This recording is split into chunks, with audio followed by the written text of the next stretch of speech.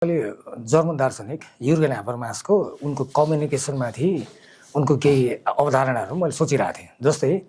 उनले भन्ने के हो भन्दा एउटा कम्युनिकेटिभ ऱ्यासनलिटी उनको त्यो कुरा गर्छन् र अर्को भनेको के भन्छ त्यसलाई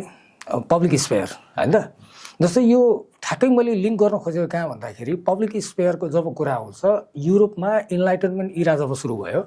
त्यो बेलामा कफी कल्चर एकदमै राइज भएको थियो र त्यतिखेर जति पनि बुर्जुवा इन्टेलेक्चुअलहरू थियो त्यो सबै कफी हाउसमा बस्ने, त्यहाँ बसिसकेपछि उनीहरूले बहस गर्ने, दिनभरि बहस गर्ने, झगडा गर्ने र ती बहसमा भएको कुरालाई थियोराइज गर्दै उनीहरूले आफ्नो सिद्धान्तहरू निकाले। र पछि गएर इन्लाइटनमेन्ट इरामा दुईवटा सिग्निफिकेन्ट घटनाहरू जस्तो अमेरिकन वार अफ इन्डिपेन्डेन्स र फ्रेन्च रिभोल्युसन यो दुईवटा प्यारलली भयो।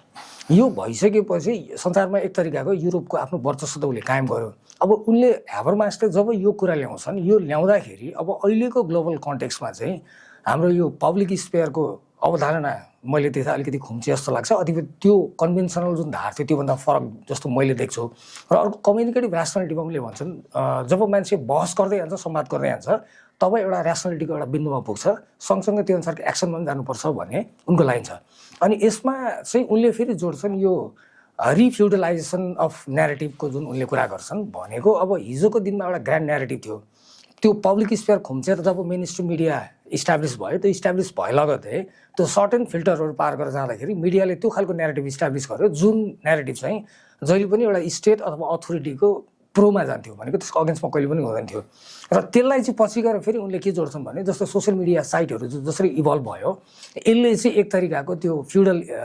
जुन त्यो रिफ्युडलाइजेसनको प्रोसेस थियो त्यसलाई ब्रेक गर्यो भन्छ। अब मैले जोड्न खोजेको चाहिँ जब यो ब्रेक त भयो तर जस्तो तरिकाले सोसियल मिडिया स्क्याटर भएको छ र हिजोको दिनको ग्रान्ड न्यारेटिभ पुरै ब्रेक भइसकेको छ र अहिले आएर एउटा कुनै पनि पब्लिकले चाहिँ आफ्नो ओपिनियन दिनलाई कुनै मेन स्ट्रिम मिडिया कुर्नु पर्दैन, उसले आफ्नो तरिकाले आफ्नो मिडिया प्लेटफर्म युज गरेर मजाले दिन सक्छ। तर सँगसँगै त्यो न्यारेटिभ त ब्रेक भयो, तर यो सँगसँगै अर्को एउटा सबभन्दा खतरनाक अवधारणा के सुरु भइरहेछ भने पहिलो त जस्तै अहिले आएर यो तपाईँले जुन भन्नुहुन्छ पुँजीवाद भनेर,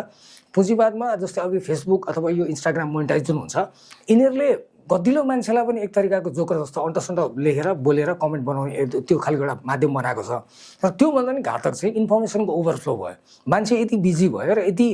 चाहिँ स्क्याटर भयो कि उस एउटा फेसबुकमा आएको एउटा जुन मेम छ त्यो मेमलाई हेरेर उसले आफ्नो धारणा बनाउँछ, उसले चेक गर्दैन कि त्यो कतिसम्म सत्य छ या कति गलत छ भनेर। र नेपालमा पनि मैले देख्दाखेरि यो खालको सिनारी एक तरिकाले आएको म देखिरहेको छु। भनेको अब मान्छे कस्तो खालको नेता बन्यो जसको सोसियल मिडियामा बढी फलोवर छ त्यो चाहिँ एउटा मिडिया इन्फ्लुएन्सर बन्यो, अब उस्तै भएर नेता बन्छ, उस्तै भएर प्रधानमन्त्री बन्छ, मन्त्री बन्छ, सांसद बन्छ, यो खालको एउटा सिनारियो आइरहेछ। र अर्को सँगसँगै यिनीहरूले बोलेको कुरा जुन बिग छ र यिनीहरूले यस्तो तरिकाले एउटा न्यारेटिभ इस्टाब्लिस गर्छ कि यिनीहरूले जे बोल्छ त्यो नै सत्य हुन्छ भन्दाखेरि यसलाई ओभरअल हेर्दाखेरि चाहिँ तपाईँलाई जस्तो कसरी फिल गर्नुहुन्छ यसले यो पद्धतिले चाहिँ जुन ग्रान्ड न्यारेटिभ त ब्रेक गर्यो, यो ब्रेक गर्दाखेरि यसले समाजलाई अग्रगमनतिर लगिरहेको छ कि पश्चगमनतिर लगिरहेको छ?